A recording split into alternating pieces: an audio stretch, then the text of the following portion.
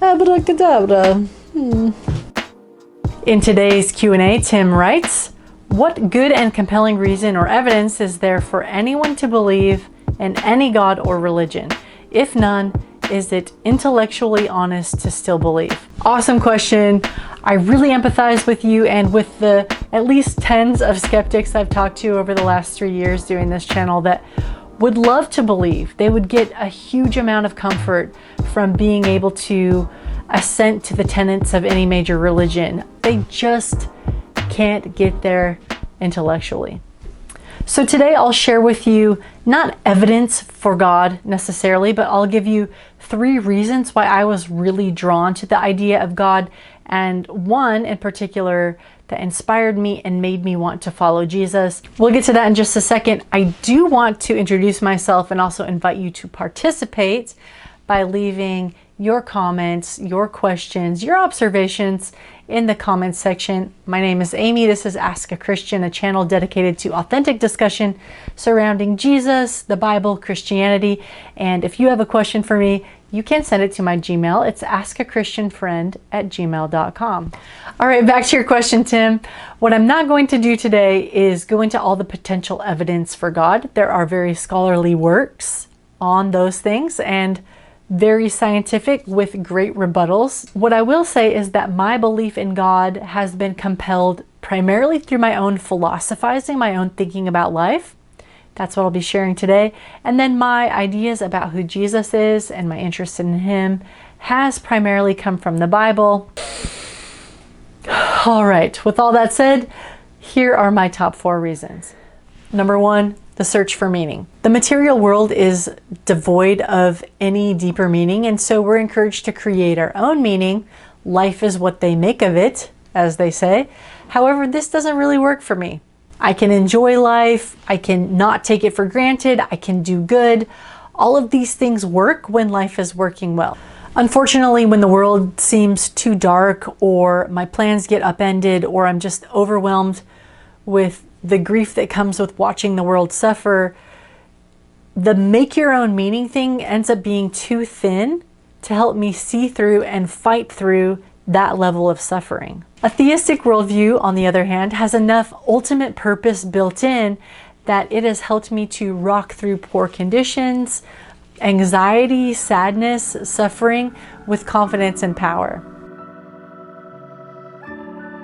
Number 2, the search for identity. As much as my generation has touted that self-worth is a thing that we need to have, it seems impossible to develop views about yourself, about myself, within a vacuum. We are reliant on others for our first view of who we are. And of course, we can accept or reject those as we get older and make adjustments. Sometimes this need for feedback or recognition from others becomes really unhealthy and creates views that are super hard to overcome.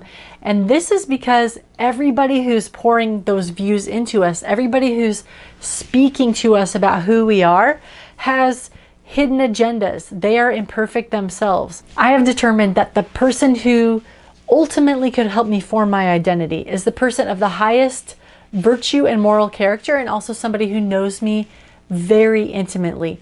That would be the perfect combination of somebody who would be allowed to tell me who I was and who I could become. Amazingly enough, that is the message of the God of the Bible.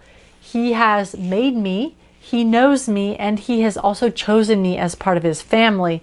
So if that story is true, and we at least want it to be true at this point, it is very compelling, and it would also solve a whole lot of teen angst issues on this planet. All right, number 3, morality. And make sure you listen to this carefully because people are hearing it wrong all the time. If there is no higher moral law, there is no way to determine morality. Now, by saying this, I do not mean that people cannot act morally. I absolutely believe that most people have a moral compass built in and by their nature seek to do good and moral things. What I mean is if there is no higher moral law, there is no real basis to ask someone to change their behavior based on morality. For example, I cannot call Putin an immoral monster. I can only ask that he not invade the Ukraine because I believe that the Ukrainian life and freedom and autonomy are important values. And he would argue because he has different values. If we could not appeal to a higher moral authority, we would be stuck in that disagreement. Putin may have different values than mine. He may actually believe that subjugating Ukraine will be good for him and good for the world. I want this higher objective moral source to exist because even though I believe that most of the time I can determine what's good for the world and what's not good for the world, I am fully aware of my own, Amie's own ability to deceive myself and justify my actions if it benefits me or my tribe. So if I did have this higher objective moral source, then I would have somebody to hold me accountable. So the last 3 points we've been talking about this deity that we call God, but for the 4th point, it's particularly focused on Jesus. Number 4 is the gospel of the kingdom. One of the things that made me most interested in the character of this guy Jesus from Nazareth is that he talked about this coming kingdom incessantly, especially in the Gospel of Matthew. He talks about a kingdom that the world has been waiting for, that's not set up on the principles of greed or oppression like every kingdom that's come before. He claims that he's the guy to usher in a kingdom based on other-centered love. In Jesus' view, this kingdom of God, or kingdom of heaven as he calls it, all of the power goes to those who honor others, those who exhibit other-centered love, who allow themselves to be vulnerable. Because I have witnessed that these are the values, these are the type of interactions that melt people's hearts, lead to reconciliation, help families put themselves back together, help lovers reunite. Because I have seen these things in action with my own eyes, I value this. I want to live under these principles. I think they are true and good and actually what makes the universe go round. So because I see that these things work in real life and that Jesus was trying to establish a kingdom based on those, and because he apparently had power to give a glimpse of that kingdom while he was here on earth, that's what all the testimonies say, I started asking myself, could he really be the guy? Could this story be true? If so, I'd really like to believe it. Joining this kingdom movement, as I'll call it, wielding this Spirit's power over my own selfish heart, becoming the kind of person that helps other people do the same. This has been one of the biggest reasons why I've been attracted to theism and to Christianity. It has legitimately improved my life and my relationships, and I believe it will continue to be a world-changing movement. So obviously, I don't know if that's compelling to you or not, but it has compelled me, and that's why I'm sharing today. So finally, you ask, if you can't find a compelling reason to believe, is it still intellectually honest to do so? And of course, the answer is no. No, absolutely it's not. And God would never ask you to fake a faith. He would not be interested in that. Rather, what I think he would ask you is to remain open, to contemplate experiences that come your way.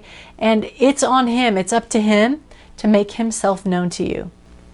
All right, wrapping up here before we go, I would like to point you to a resource by an author I like named Timothy Kellar.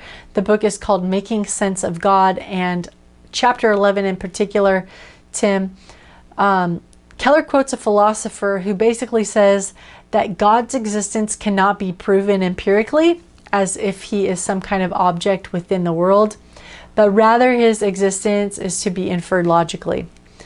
Theory X is more reasonable than theory Y if it explains the data better, and he goes into some commentary on how we do that with some of the sciences. For example, most of our theories about waves and particles and molecules and light are established in this way. So something interesting to ponder. All right, quick recap. The 3 reasons that have personally compelled me to seek God are meaning, morality, and identity.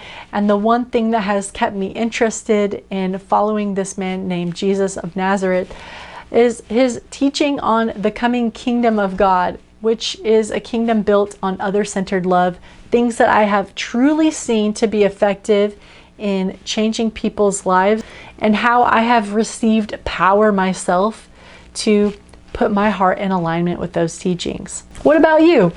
What compelling reason do you have if you're a Christian? And if you are seeking or interested, what reasons would compel you? I would love to hear your story. All right, it's been a little bit longer than I thought it would go, so that's it for me today. Thank you again to Tim for asking the question, and I hope you will join me for the next Q&A where a guest asks, how can I support my son's mixed faith marriage? Until then, I'm wishing you joy and peace for your journey, wherever that leads you. Bye for now.